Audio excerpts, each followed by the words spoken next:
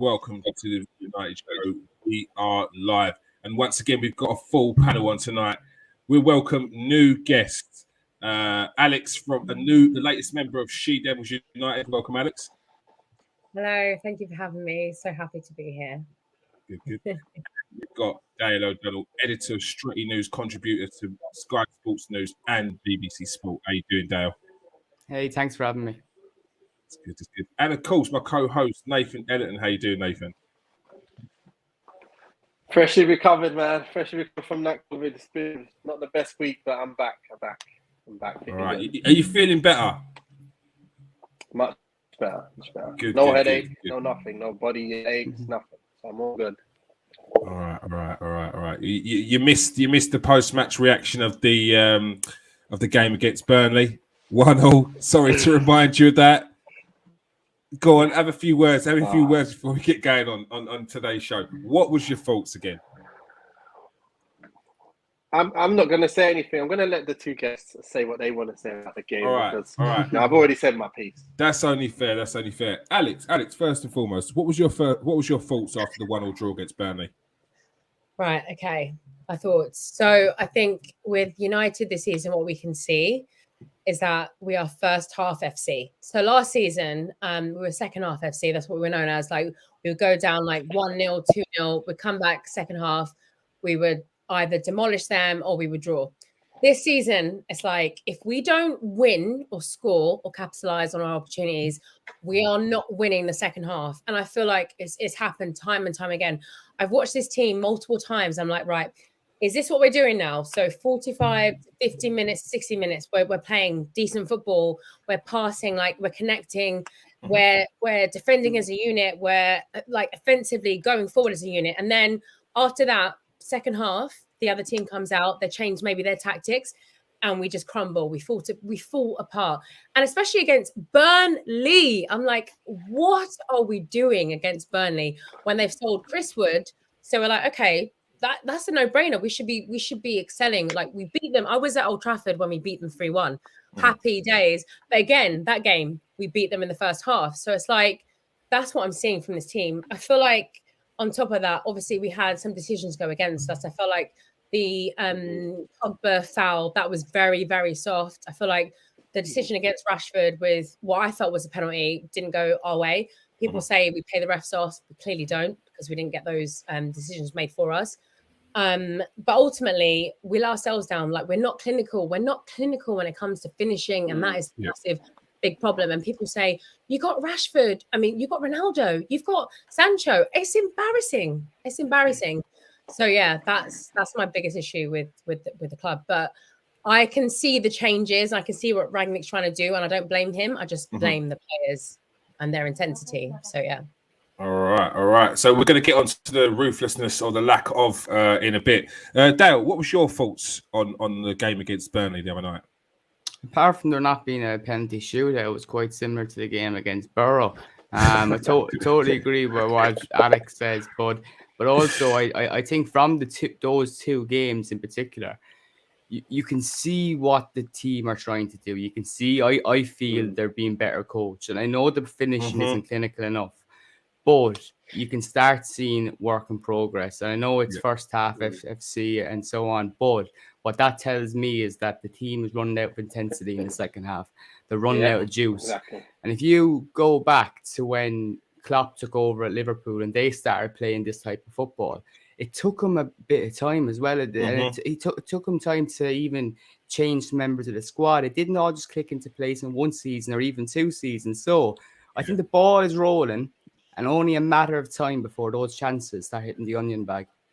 Yeah. On top of what you just said there, how much of this are you putting down to the fact that, like you said, Rangnick's just taken over in charge? And I think people are expecting instant results. People are expecting where there was so much uproar about what the lack of things you were getting from Ollie. Now they're expecting changes and results instantly. Do you think they've just got to be a bit more patient with it? You've got to be patient. You have to be. Some managers come in, they get this bounce period, and some don't. It's very hard for Rangnick to have authority over the dressing room when there's a number of players that don't know about their future yet. A lot of contracts running out. So So he's coming and he's trying to stamp his authority, knowing that's only for 6 months. And that's very, very difficult. And people, when they're looking at the games, they don't really see it that way. I definitely see that the football he's trying to implement, the players are trying to do it now. There was questions about that in the first few weeks, but now we can definitely see it. It's just a matter of whether they can come to terms with that quick enough. But you have to be patient with any manager, Yeah, definitely. Nathan, you've been in situations where a new manager's come in. How much have you seen from your past experience where players give the manager time, or are there players that are a bit like dubious to judge him too quickly? No, they usually understand from where they've been and what they've done, and they're going to look at Rangnick's past and they're going to realise, look, this guy's done a lot.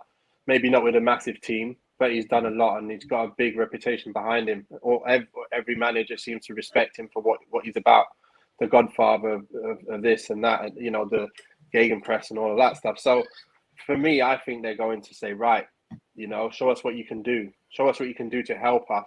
Help us. We know we need the help.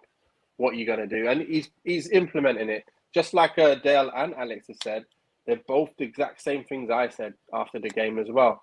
So I knew they was going to say it as well. So I knew I didn't want to just repeat myself, and then they had nothing to say. But yeah, I can see. Look, I thought we played well in both them games first half against Middlesbrough and against Burnley. We just ran out of gas. Exactly what I was going to say. And I think we're getting better as well. It was actually slightly better first half as well in the Burnley game. So I just think we're going to get better. We're gonna start finishing chances. Cristiano doesn't miss chances for too often, and the other boys don't miss chances that often either. So Sancho's starting to look back near enough to his best as well. I'm loving what I'm seeing from him. I was like so excited when I saw him pick up the ball from first minute, just running at people every time he got it. I was loving it. Yeah. So yeah, I'm seeing things and I'm enjoying the game, even though it was way too open. I'm enjoying the game again. So. May it continue to get better. Rangnick knows it's a work in progress and we're going in the right direction. And we know we need the quality in certain areas, which we're going to obviously chat about later. Once we got that quality as well, we're just going to be a lot better side. Yeah, definitely. Alex, one thing you mentioned earlier, Rashford. I'd say as a whole, Man United, there's a lot more structure under Ralph Rangnick. However, there has been a quite apparent lack of goals since he's come in. From what you're seeing, what would you put that down to? Lack of goals. I think it's just lack of cohesiveness within the team. I think that I'm only going to think about like last season and the season before that. I feel like obviously everyone has a comment to make about Ronaldo coming in. I feel like last season, for example, when Ronaldo wasn't in the team, like there was no denying that we could score goals. And that is still apparent now. I feel like the fact is that Ronaldo is here and he's a proven goal scorer. So obviously you want to connect and give the balls to a proven goal scorer of Ronaldo's quality. But he's just stinking up the place lately. And I feel like, I don't know what it is. It's like all of a sudden at the same time, like all of our forwards, all the players are just crumbling and they're falling apart. Like Rashford last season, for all his sins, for everything that everyone was saying negatively about him, he scored goals in moments we needed. He was there for us, especially even Cavani as well. Like I was loving Cavani last year. He was such a great introduction to our team because we needed him like during Carabao Cup. Like he was amazing. He was immense during our Europa League campaign. He was fantastic. And I think that he still is. He's a great defensive forward, which I love. I feel like this season, like I don't know what it is. Is it I don't know, like the Euros hangover? Like I don't know what it is from our forwards, like from Rashford or from Luke Shaw, from even Maguire. I don't know what it is, but I feel like we still have the talent to do it. They're just not working together as a unit. And I think last season as well, like you could say individual brilliance, because there were goals that were scored that was based off individual brilliance, and that's the same as it is this season. I feel like now Ronaldo's exposing the gaps and the problems that we have. I don't think he's necessarily the problem. I feel like we have a massive problem that is to do with our midfield. That's to do with our defense. So many issues across the board that I'm just flabbergasted about, because I'm like, the talent is there. How can you have, like, for example, the last 3 games we've had, I think it's like 53 shots and we've only scored 3 goals. there's something going on with this team that is amiss, that we're not hitting those shots on target and scoring those goals. That is what's depressing. And I've been to 3 of those games, and I've watched those games, and I've sat there, and the frustration and the groans and the gasps of the home fans. We're like, what's going on here? We don't understand it, and it's just hard to like fathom it and to put a finger on the pin. But I just feel like we've got the talent, we've got the personnel. It's just like it's just not gelling. Whatever a system it is, it's not working for them right now. Yeah, I think you've mentioned it before, Nathan, about the individual plays and the individual brilliance at scoring goals, but that was a part and parcel was the problem. It's like catch-22. It's like, yes, you can have the individual brilliance, but you need the structure as well. How do they merge the two at the moment? You just got to. It's continuation now. It's like knowing your players, knowing where they're going to be, knowing what kind of chances they're going to present for you, and the more you get to know the players in a formation that you're continuously playing every week, that's when you're going to start to see it all come together. We know what Rashford can do. You know, that's what he was. He was an off-the-cuff goal scorer last year. He was the only one we could fall back on at times, and he was injured, and he was still doing it. It was like, good job Rashford's playing, because if he wasn't, there'll be no other goals. You know, but then I think the season before, was it the season before where it was Greenwood, Rashford and Martial? They all got so many goals more than Liverpool. So, you know, it's like that fluidity that we had throughout those 3 was causing so much damage. We could score from anywhere. But with Cristiano getting in there, and then Cavani being another one that's getting in there, they're both slower players. So them kind of chances are not going to come our way anymore. And that's the difference. Even though they're good in their own right, they're very good, it's a different type of good. And I think we lost that counter-attack pace, that crazy pace that we had from left, right, or centre. We've lost that. I mean, you play Cavani and Ronaldo, come on, you're losing a winger and you're losing pace up through the middle. So you're pretty much you're changing your way of playing completely. So, you know, we need to just get back to having some, some continuity. And I know my earphones keep falling out. My ear's a bit different, so I got to hold them in. But yeah, I think, we'll get there. We'll get there. I can see us getting there. And I'm sure we're going to be bringing in the right players to make them differences as well. Because it's looking good for me. It's looking good. Dal, are you buying into Ronaldo being part of the problem, which I've heard many a time, especially on the socials?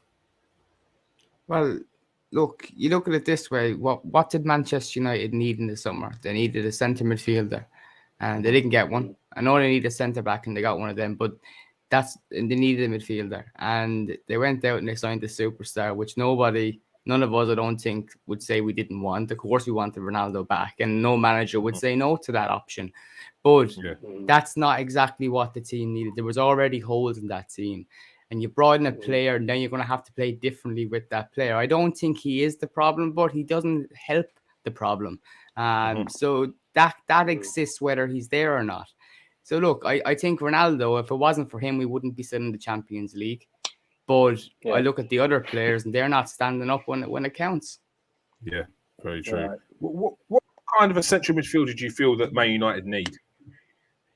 Yeah, well, you look at the sitting kind of midfielder, looking at Declan Rice, and I have my questions about him with the valuation that was hanging over his head about a year ago. And 100 million too much.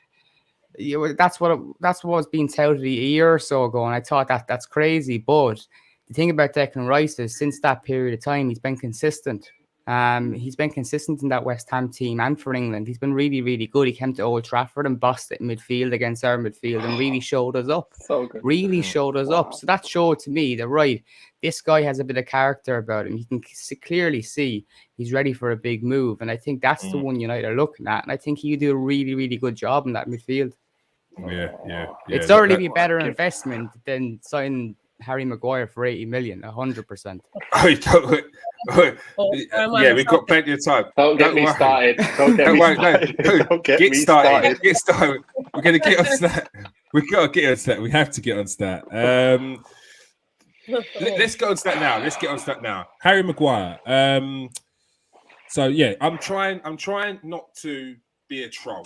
Yeah, and I'm trying to do it as professionally as possible. So I pulled up stats from when they were looking at buying Harry Maguire, and they compared it to the likes of Rio Ferdinand and Vidic. And I thought at the time, am I being too harsh comparing what Maguire's done to Rio Ferdinand's done? But it's not, because these are the standards that Man United set as centre-backs. Like, Rio Ferdinand, okay, he's the greatest defender that in the Premier League history. But how much lower have Man United gone with centre-backs? They bring in the best. And they're paid for, and at the time, Harry Maguire's stats were nowhere near in comparison to either John O'Shea's, Mikael Silvestre's, yet they still paid £80 million for him. How do you warrant that? How do you sell him on? You've got him for good, it feels like. He's got 200 plus K a week. Am I bringing you down a bit too much? It's on 200 grand plus a week. How much is the cost going to be? To play devil's advocate a little bit, Harry Maguire was signed for a team under Ollie that decided that they were going to counter-attack and they were going to accept lots of aerial presence. And a defender of Harry Maguire's mould would fit into that kind of team. And that's why we've seen some of his best football for United. If you remember his first season, he came in and people would all agree he has improved our defence. He is our best defender, without a shadow of a doubt. And then Ollie decided he wanted to progress the team, which we all wanted, and see more fluidity and attacking football with a higher defensive line. And then a defender of Harry Maguire's mould, quite slow and lacks pace, really struggled. And I see what we now have is we need something different. And it's a bit of a different story for the club because they've spent 80 million on this investment. Yeah. And they're going to have to decide now in the summer is he going to fit into the next manager's plans? Because if we are going to play this kind of football, he doesn't fit into the plans. That's not what we signed him for. Were they thinking, Alex, were they thinking too short term when they paid the 80 million for Harry Maguire? I mean, I want to give Ollie the benefit of the doubt and think that when he was looking at Maguire, he was thinking long term, because I think at the time, if you look at it, we had his name's escaping me now. Ashley Young. We had Ashley Young. And so it was like, and at the particular time, our back line was leaking goals left, right, and centre. So I think if you look at it from retrospectively, like Harry Maguire seemed like a good fit. Obviously, he was playing for Leicester. They'd come off the back of a Premier League win, obviously a fluke. So it was like, okay. And a lot of players from that team, like you look at Kante, you look at Mahrez, they've gone on to have success. So you would have assumed that maybe potentially Harry Maguire would have had success at United. And I feel like initially, obviously, he was a big signing for Ole. And when he did come in, it was he did give us some type of defense in the back four. We were leaking goals left, right, and center. So it was like that gave us a bit more confidence. And I think even if you go back to last season, I know everyone talks about a COVID year, but I think the biggest time when people were noticed his loss was when he was injured and we lost against Leicester. We lost against Villarreal, obviously, that horrendous Europa League final. So I think that his presence was felt then. But I think as this season's gone on and he's come back and we've seen him play and we've seen the mistakes. And then actually, if you look at, even when he plays for England, if you look at all his games in the last season, the season before that, you can see that he has deficiencies. And the fact is that we have to compensate for that £80 million he spent on him. And we have to find a centre-back that complements him. That's why we've had to get Varane in, because we know that Lindelof doesn't complement him, because Lindelof gets bullied off the park time and time again.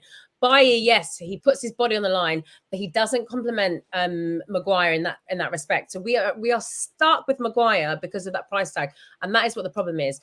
And I see it time and time again for his the good things that he does possess. He does have good traits, so I'm never going to write him off and say, but I would always say, for me, his player rating was always a 2, because I feel like he takes rash decisions. I feel like he wants to play hero ball, where he wants to go out and take on those challenges, and he forgets you've got a back line, you're the captain. And I'm saying this because I've gone to games and I've watched him, and I'm like, a captain is the one that's he's commanding his team. And especially if you're a defender, you are holding your back line to accountability. When I watch him, he's shouting this, that, and the other, but no one's really listening or giving him that much respect. So for me, I'm as a captain, that's a no-no.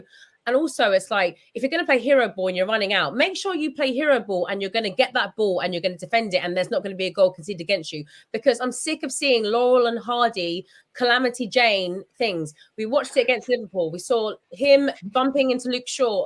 Oh my God, the goal. Like, what the hell? And then we saw it last night. We saw that again. It's like I don't know what he was thinking. You could see that, obviously, McTominay's there. He had the back line to defend. You don't want to just stay there. You're honestly, I was like, Maguire, I can't. So for me, I feel like everyone says he's got this intelligence. Okay, I don't ever see it though. For United, I don't see it. And I feel like, okay, if your back line, if the people you're working with, you don't have that basic communication, the basic understanding of each other, where your position is going to be, then for me, you're not a centre back, or you're not a defender that should be playing for United. And that's how I feel about him. Yeah, that's a very, very good points in there. Nathan, how much better has he been than Chris Smalling? I don't think he's better than Chris Smalling. He's probably a little bit better on the ball, but for me, I'd still rather have Chris Smalling over him. Look, when he first was coming and I was looking at the side, I thought, wait a minute, he's not better than what we've got. Why are we going to spend 80 million on that? Mm-hmm. And I thought, he's not the best defender in his own team. Why are we buying him? Because we let go of Johnny Evans. Like I said, Johnny Evans is better than him. Left foot, right foot, pinging balls, positional play. He's better than him. Overall, for me, I like him more. He's come in, and then he did play well. He did. We got rid of Smalling. We went to Roma, and he fit in. And at the time, he did fit in okay. He did a good job. But the reason why he did a good job is because we ended up playing two centre defensive midfielders right in front of him, so no one can do nothing in terms of pace. But then it means you lost for extra attacking players. And this is where our problem came when we come up against the better teams. We can't break them down with less players. We're trying to break them down. We can't do it. And then we're like, this is a catch-22. I've been saying it. I'm like, how are we going to change this? It has to be Maguire got to come out. So then someone who can defend one-on-one can play. So then we can put one more attacking midfielder in there and leave one defensive midfielder. Then we'll be okay. But it never happened. And then what you found is England and Man United were carbon copies of each other just to defend and help Maguire to get help pace-wise. Why do you think they've got two defensive midfielders ahead of him? Yeah? Same thing happened. And that's why England also don't have as much attacking. We all want to see like the Grealish and Foden play. You're never going to see that because Maguire's in the side. So if you want to play that way, no problem. Maguire will do pretty well for you because that's the kind of player he is. He's very good with it, not having to turn around and run that way. But, when he is having to do that, he's a massive struggle. He's a massive problem. Massive problem. And he continues to make these mistakes. And they're not mistakes. This is another thing. Sorry, guys. It's not mistakes. It's his level. It's not just going to be like, oh, sorry, guys, we'll get better. You won't be better. That's your level. So all I'm saying is he's that type of level. The league position, you're probably about a 5th, 6th, 7th. Well, where we are right now. That's the kind of position we are. And that's why we're where we're at. So that's it. That's what I got to say. I'll just say, listen, we've had like Steve Bruce, we've had Gary Pallister, we've had Stam, we've had Vidic, we've had Ferdinand, okay? And to put the name Harry Maguire next to those players is like a sin because he does not represent United in that way ever. So yeah. Sorry, Dale, how much of a problem is it having to compensate for some of Harry Maguire's frailties, like his lack of pace, his mobility sometimes? How much is it a problem with Man United trying to do what they want to do and move forward and play the way they want to play? I think it's a tough one because every week he seems to make blunders that almost cause opportunities for the opposition. He seems to be a mistake away from a goal. And I don't think that's the true Harry Maguire. I think he's having a bad season at the moment. Because usually he's a sure head. He is someone that has lots of experience under his belt. And I think right now his confidence is all-time low. So I think, could we squeeze a few wins under a belt with Harry Maguire and the team? Yes. But right now, probably not. And I think we're going to see Lindelof step in. It won't be a matter of trying to compensate for Harry Maguire because Lindelof, in the few games that he played alongside Varane, we looked really solid in the back. And I think Ragnick said it before one of the cup games, not the game against Borough, the one before that, the one we managed to win. And he said that was a centre back that worked last day, so I'm going to stick it with it now. And I don't see a reason for that to change. What happened in the meantime was Lindelof got ill, and Harry Maguire stood in. So hopefully we'll see Lindelof back soon, because that just looks a lot more solid to me. He might not be the best defender in the air, but I think that Varane can compensate for that because he's such an assured presence. That's one thing about Varane. No matter who he's alongside, he seems to play well. Whereas when it's Harry Maguire and Lindelof together, it's like what Alex said, Lauren Hardy. Yeah, it's 2 second defenders, isn't it? Playing at the same time. There's 2 second defenders, and you need one that's the first defender with the second. And Lindelof's done pretty well with him, as you just said. But another thing is Jones did well with him as well. Yes, he actually did well. He's actually played better than Maguire's played. And I'm like, look, Jones is fit. I'm playing him over Maguire. I'd like to see Maguire get sold to Newcastle. I think they got a lot of money. Hopefully they can pay as much as possible for him. You already said, I was just about to ask that question. Where realistically, where does he go? If you are to sell him, where does he go? Because you taking a loss, you're not getting anywhere near that 80 million price tag. What's the realistic price, and where does he go? We'll start with Alex. Okay, I'm trying to be realistic because my mind is saying £2. Anyway, realistically, I think 40 million, and I think he could go to Southampton, and I think he could kill it at Southampton and be a beast there.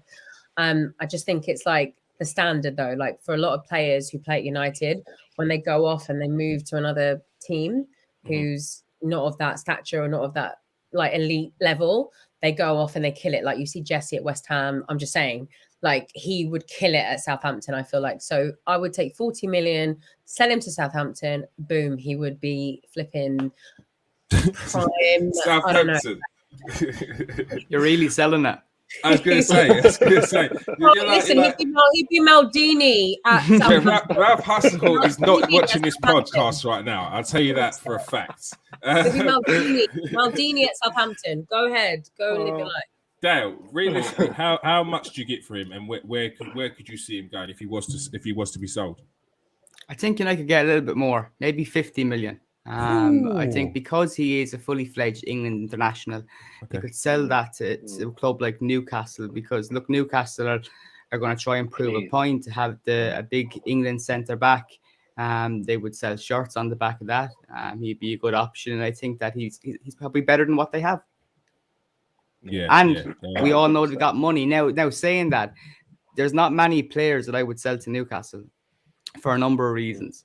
But it says a lot that I would definitely look to make a bit of money off Harry Maguire. Nathan, where realistically, how much do you think you'd get for Harry Maguire, and where could you sell him to?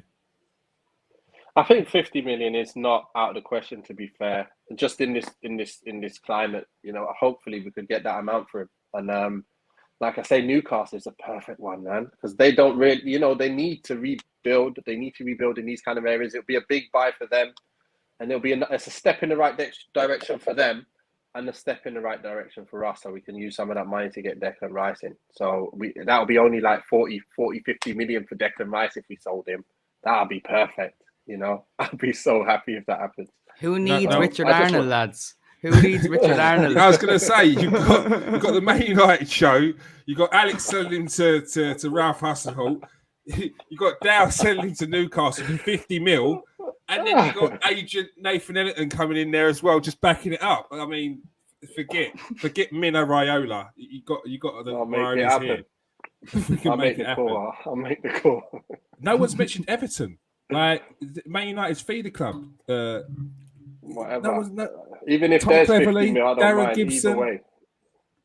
The abundance of Man United players that have gone to that club. Tim Howard, like Everton.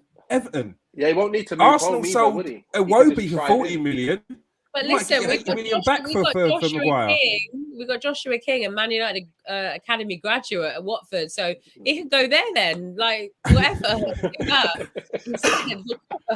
We've got Tom Cleverley there. Like exactly. This is what I'm saying. Yeah.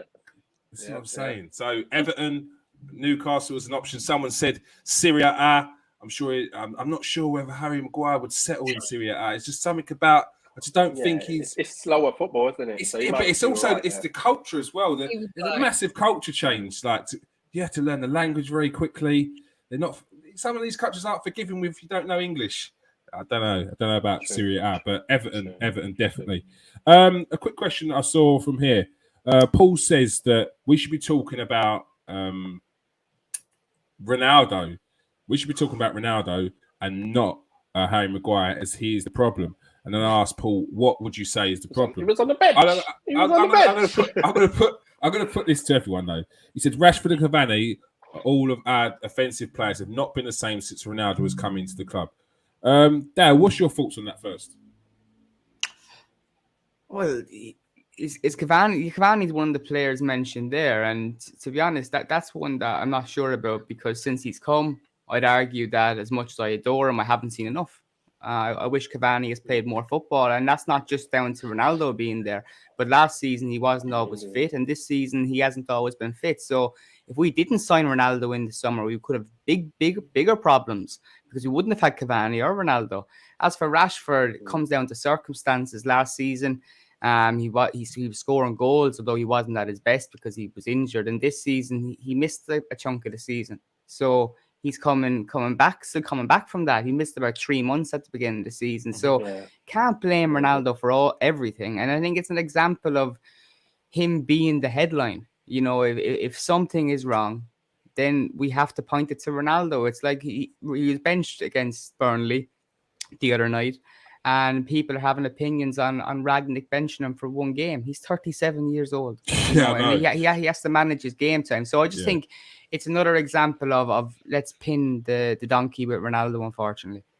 Yeah, I agree. Alex, what's your thoughts on the fact that Paul's saying that Cavani and Rashford haven't been the same since Ronaldo's turned up?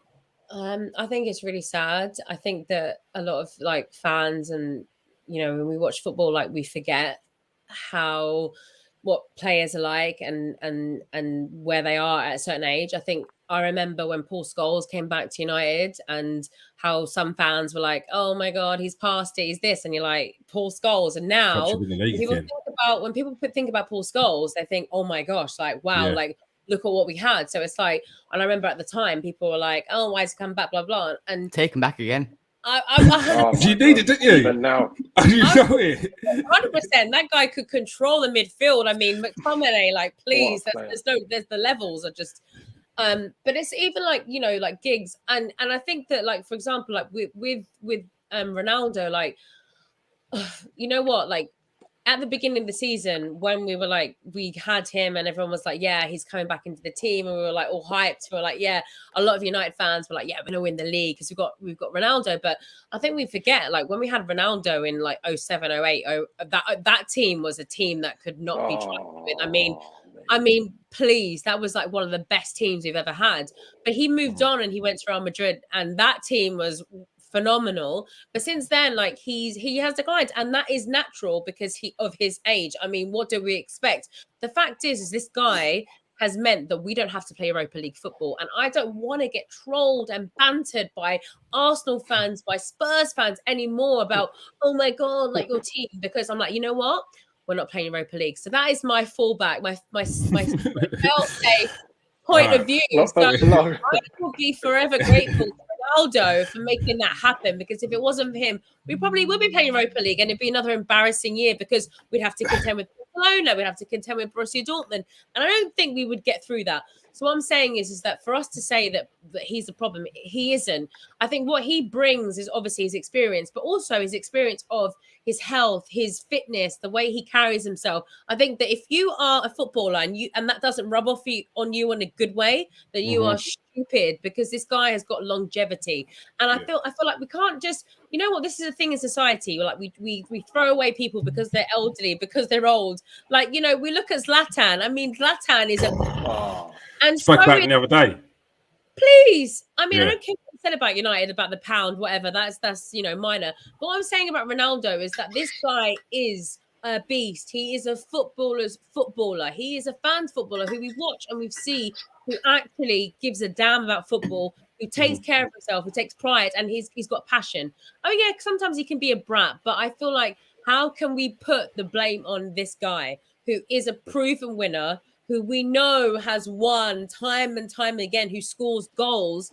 It isn't his fault. Like, we don't have this. He doesn't have the service. He doesn't have the service. He doesn't have the players around him that can give him the things he needs. This guy has worked with defenders like I can't even tell you, amazing. And he's got to deal with Harry Maguire and Lindelof. I don't blame this guy at all. He's got to deal with a midfield like McTominay and Fred when he's had what he's had in his life. He's not the problem for me. Okay, I don't believe in that. So he has my vote, 100%. Yes, he definitely does. Nathan, what's your thoughts on what Paul has to say? We've had two resounding answers there. Great answers. Yeah. Well, I look at it from like the whole team perspective here, and Cristiano 100% is not the problem, but the problem is the way United are playing. Like, we played a way which was only really good for people who score something out of nothing. And that's why you got a problem, because Cristiano at this age, he needs some help. He used to play like that, where he scores something out of nothing, but we don't play that no more. So Cavani needs service. Cristiano needs service. They played at City, they're getting 50 goals in a season, and they're playing at Man United.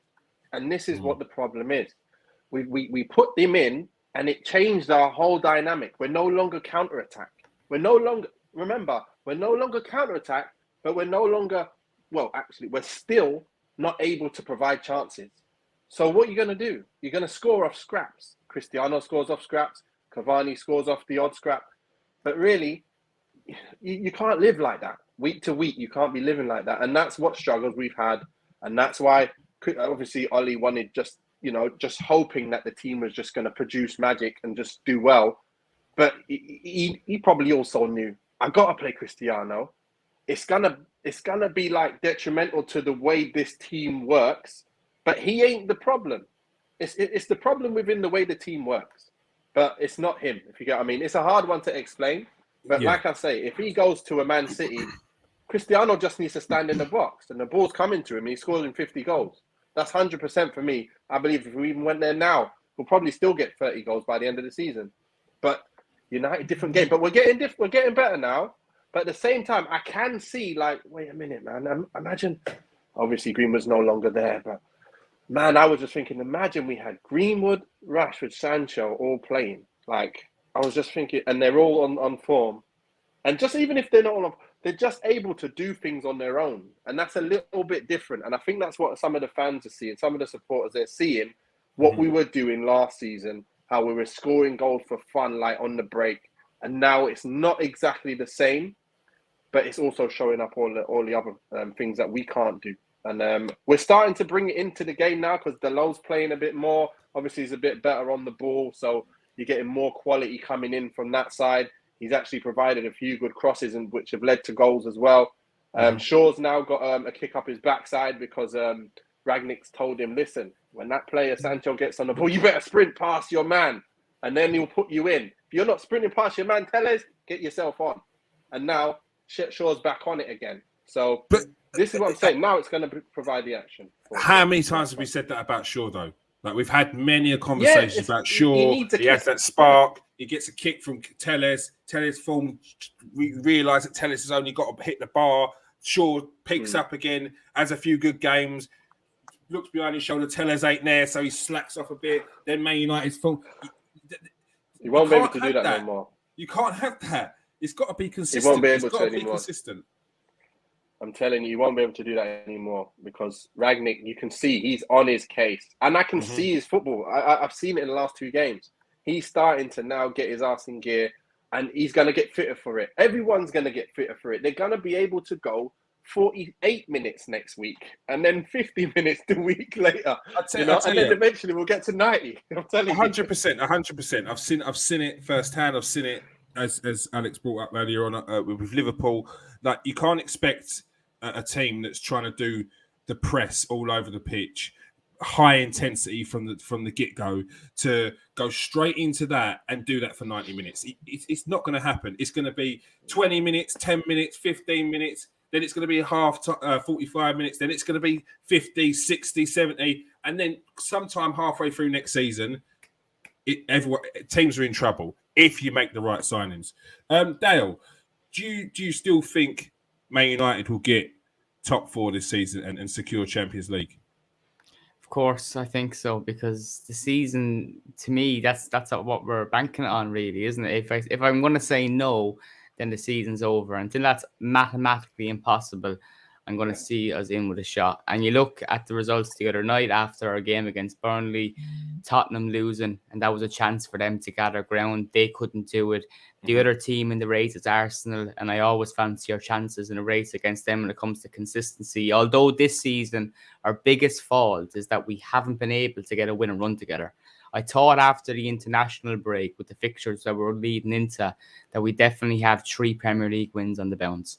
We weren't able to do that, and that's the biggest kick in the teeth for United this season is we haven't been able to get a win and run. But I do still think that we can do, because like we mentioned, the players that we're discussing on this podcast, on paper, we are better than the teams around us.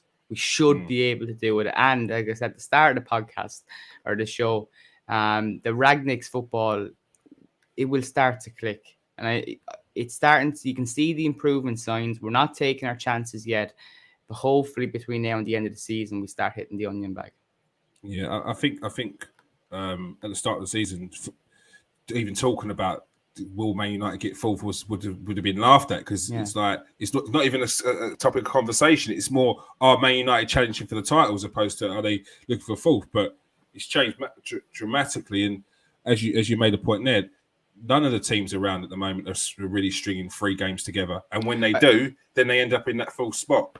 I think also, Kieran, something that is worth mentioning is that baby steps. You look at Man United since Ferguson retired, we've been dipping in and out of the Champions League into Europa League, dipping in and out, not consistently being a Champions League side.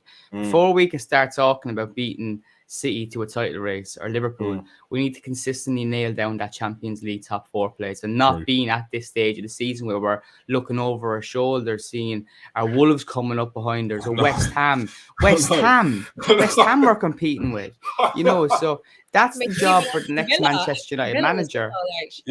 When people start bringing, like you said, we need to start becoming a serious football team from next season onwards. The next manager start making us serious, because when we're dipping into the Europa League, it's just like a tank of rubbish.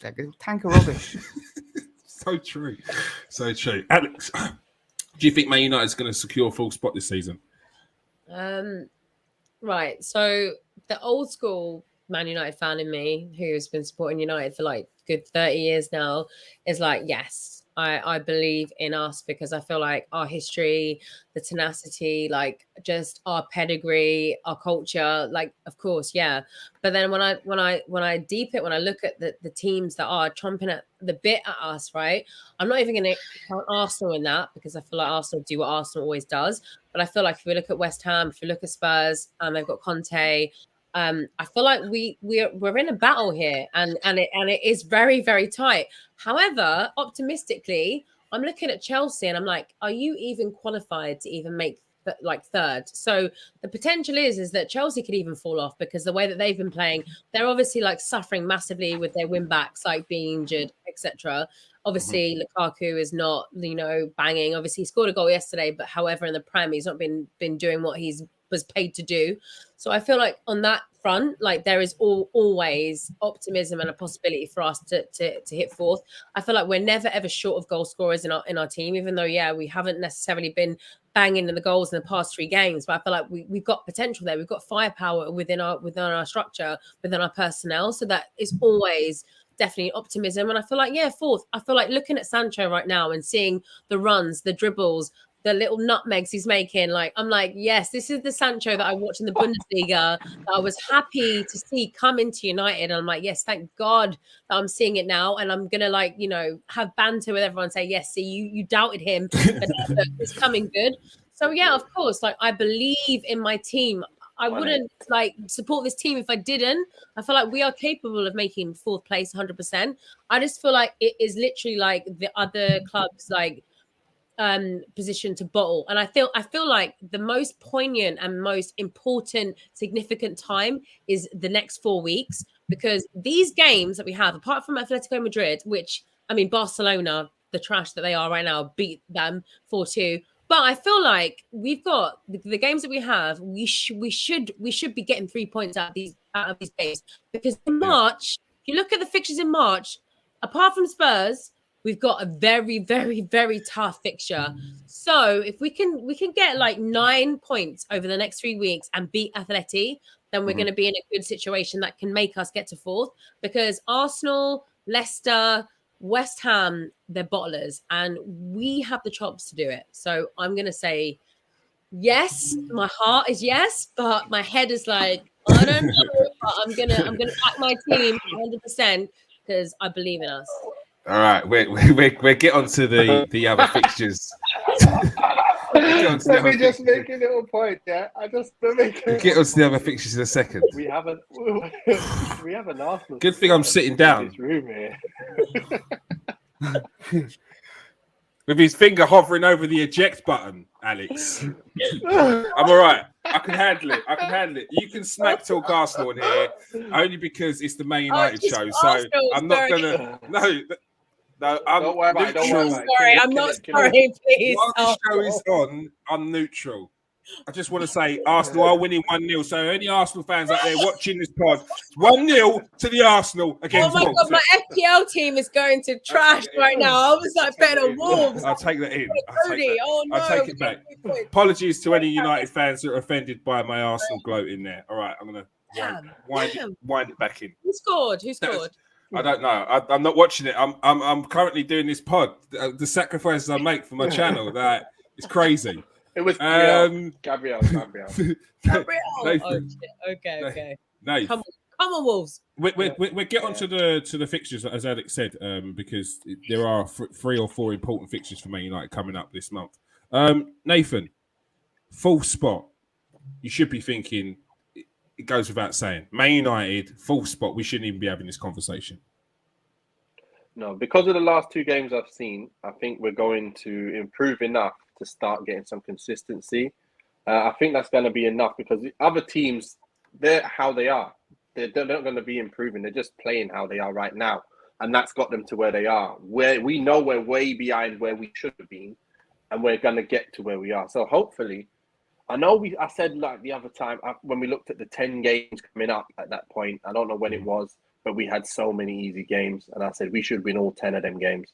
And we haven't. We ain't won even 5 of them games. Then?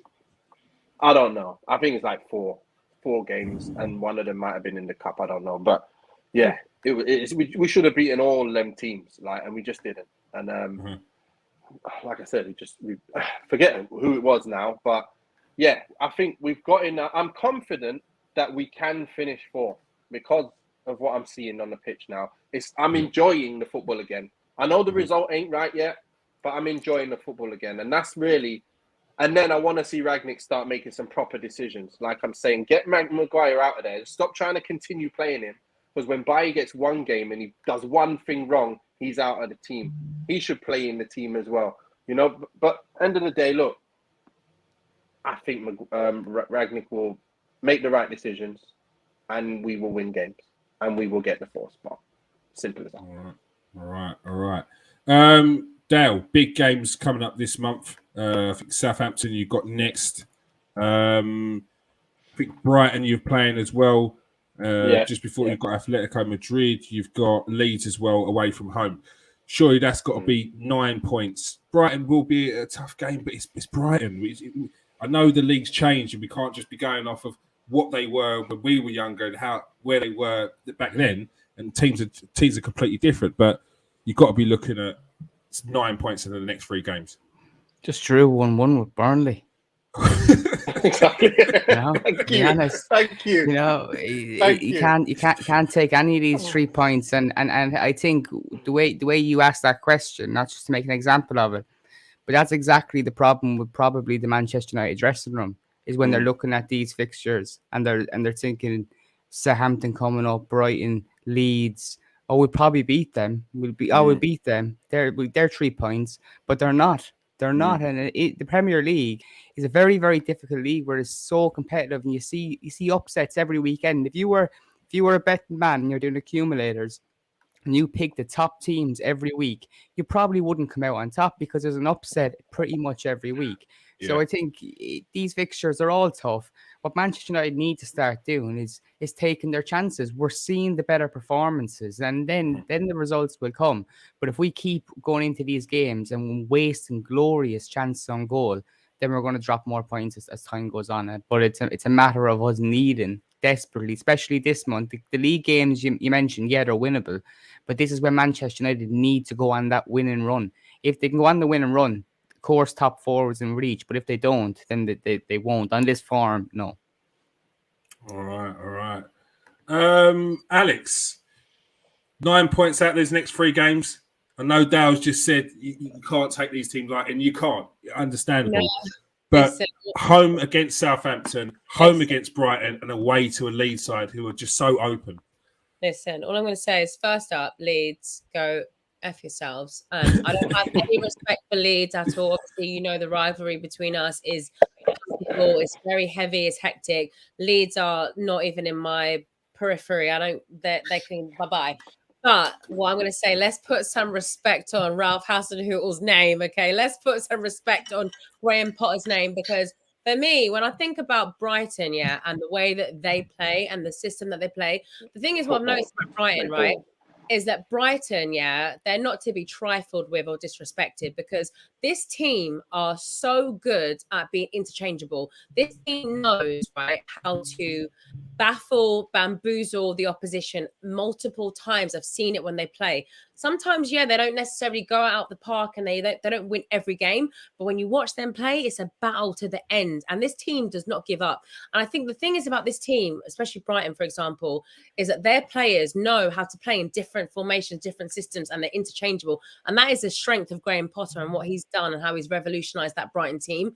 And I think if you look at like Lewis Dunk, if you look at Trossard, you look at Mopé, you look at Cucurella, like they have got a squad that are just so sublime and so like incredible that you cannot count them out. And especially the way that we've played, you've watched us play against Newcastle, you watched us play against, Everton, you watched us play against Aston Villa in the first half of the season at home and get battered. So I'm not discounting or discrediting Brighton ever in life. I'm never going to take them for granted. Southampton as well. Do not. If you watch Southampton against Tottenham last night at home, the way that they had them on the ropes, the way that Brozier plays, I'm like, damn, oh my gosh, can you please come and show some of our forwards how to perform in that way? Listen, Ward-Prowse, okay, he could. I'm not going to compare him to Beckham, but he is like. I call him James Ward-Beckham.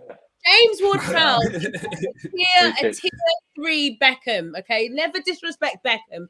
I'm going to say that James Ward-Prowse is a tier 3 Beckham, which is giving him a lot of credit, and he is something to be like watched and reckoned with, because that guy, I've watched him. He's in my FPL team, and he's never let me down like multiple weeks now, and I'm glad he's on my team. But apart from that, watching him even last season before that, watching his development, his growth in the Southampton team. I know everyone talks about Southampton being a feeder club, but listen, they produced some players. They had Van Dijk, they've had Shaw, they got flipping Ward-Prowse. Mane. Like, listen, they've had ballers in that squad, and I'm telling you, that team is not to be trifled with. And I'm saying it with chest and passion, because I watched Southampton and Hasenhüttl. You listen, the Germans don't play around. They're efficient, they're effective, they know what they're doing. I know what we smashed them 9-0 because obviously that's what we do. But COVID year, they had 2 sending offs, whatever. They still are a team, yeah, that are amazing, and they are so good at pressing. And what I watched last night against Spurs in their own ground against flipping Conte, I was like, damn, you know what? Saturday in the afternoon, I hope I'm not crying into my pillows, because I feel like they're gonna score. So that's one thing I know. But are we gonna outscore them? So all I'm gonna say is, out of the next few games, I don't know. Maybe we could take 2 points, 3 points. But my optimism is going to say 6. But I'm just saying, after all that, you know what? Bow down. I'm gonna bow down. That's it. All right. I hear what you're saying. Yeah. No one's disrespecting what Ralph Hasenhüttl was doing, especially for you, Alex, right? And or what Graham Potter is doing. Like, these are two of the most best up and coming managers in the league, and probably a couple of more. However, yeah, we're talking about a team. Yes, they've taken points against Chelsea at home, though. They've lost 3-1 to Tottenham, dropped points against a Leicester team who's been up and down this season, dropped points to Crystal Palace.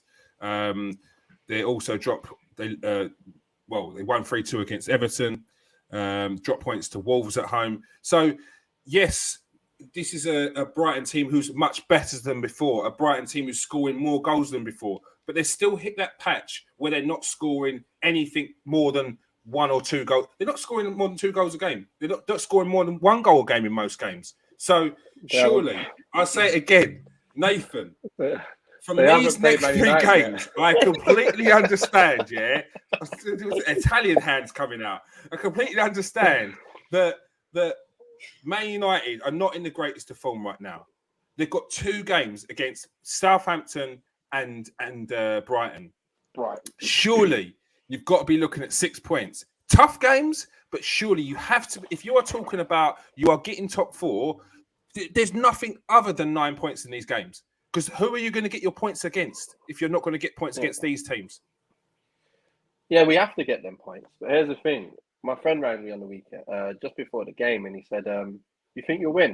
I said, you know what? I'm not sure, man. He's like, what do you mean you're not sure? The bottom of the league. I said, you've seen us playing recently. What are you talking about? Not sure. We just played Middlesbrough and we couldn't beat them. So how do you think we're just going to play against Burnley and go and win easy? No games are walkover. No games are quick 3 points no more. We are all about do 100%, do everything, and we still might not win the game. So at the moment, we're playing open football. It's open season at Man United. So end of the day, what Alex was saying, what Dale was saying, is that them teams can attack you. If you're not tight, they're going to score. We need to be tight.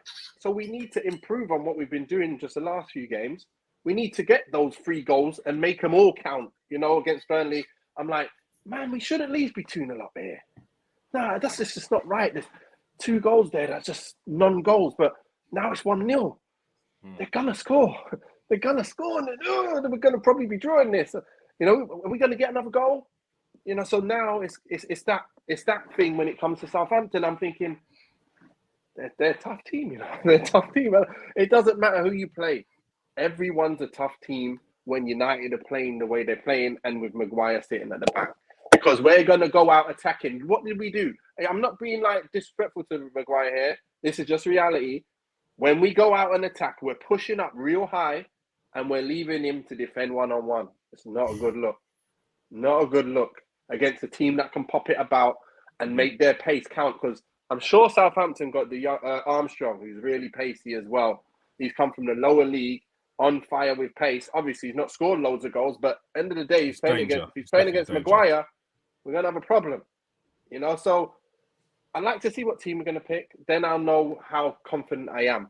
But at the same time, we need to be putting away our chances. If we start doing that, we'll do better. I don't want to see Cavani and Ronaldo playing at the same time because that will really reduce our pace. We just can't afford to do that anymore. And like I say, we've got limited numbers and choices we can play in the team now as well. So we've got to really do the Ollie, stick with that first 11 the whole time. And that's it, like, for the rest of the season. And, I've never thought I'd hear you say we've got to do an Ollie, Nathan. Not the Ollie ball, in terms of never changing your first 11. That's what I mean. Not the football. I'm saying do an Ollie where he never changed anything. The same starting lineup, no matter who's on the bench. Everyone, you lot are still playing every game. So, nah, I don't want to see that. All right, okay. So, big games. You've got big games, yeah? As I said, if you're not going to win these games, I don't know who you're going to get your points off. You've got Brighton, Southampton, Watford, Tottenham, Man City, Liverpool, Everton, Norwich, Arsenal, never getting points there. Brentford, Crystal Palace and Chelsea. So if you're not getting points off of these teams, there's no top 4. So you've got to be getting the points of these teams. And I think I can 7 points. I'm with Dale. I think that it's going to start coming towards the end of the season. I think your run will start soon. I've seen it with many teams where the high press and the intensity is too much at the start, but as the season goes on, it picks up, and by the end of the season, I think Man United will be running on full on gas. All right, that is all we have time for. That is all we have time for. Thank you very much for joining us tonight, Alex. Sorry, I was on mute there. So happy to be here and to talk about the team I love. But also, I want to say, listen, we've not lost a game; we've drawn. So if we're talking about United, it's wow, there's room for improvement. So thank you for having me on. So yeah. Do you want to tell everyone where they can find you, where they can find your Twitter handles there? But go on.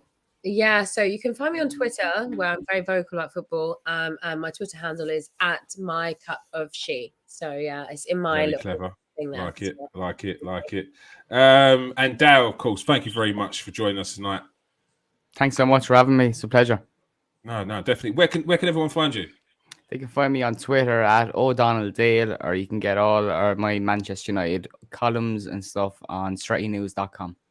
All right, cool. Make sure you go there. Make sure you follow Alex and Dale. And of course, my co-host tonight, Nathan Ellington. Thanks for joining us, Nathan. Thanks a lot. It's been great having you both on. Amazing, stimulating chat as well. So very, very happy to have you guys with us. All right. And of course, if you are new to the show, if you are watching the first time tonight, please press that subscribe button. If you're watching on Facebook, I did see one of you in there. Here we go. Facebook user, change your settings so we can see who you are, and we can have this conversation. I say this every time. Make sure you change your settings next time so we can see who you are on in the live chat. Thanks for joining us, Paul, Garth, Carrington, Jesse. Who else we got in there? Oliver. Who else we got? Ollie Girl Trafford back in there again. Luke, Bobby. Appreciate the support. Peace out, people. Stay safe and wash your hands.